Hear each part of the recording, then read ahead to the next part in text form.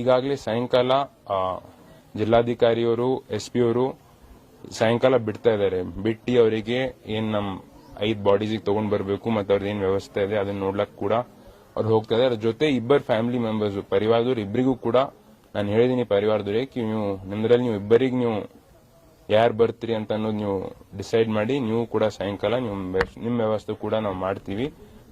ಅದಕ್ಕೆ ಬಹಳ ಒಂದು ದುಃಖದ ಸಂಗತಿ ಇವತ್ತಿನ ದಿವಸ ನಮ್ಮ ಬೀದರ್ದಿಂದ 6 ಜನ ಹೋಗಿ ಕುಂಭಮೇಳದಲ್ಲಿ ಭಾಗವಹಿಸ್ಲಕ್ ಹೋಗಿದಾಗ ಅವ್ರಿಗೆ ಆಕ್ಸಿಡೆಂಟ್ ಆಗಿ ಅವ್ರೇನ್ ತೀರ್ಕೊಂಡಿದ್ದಾರೆ.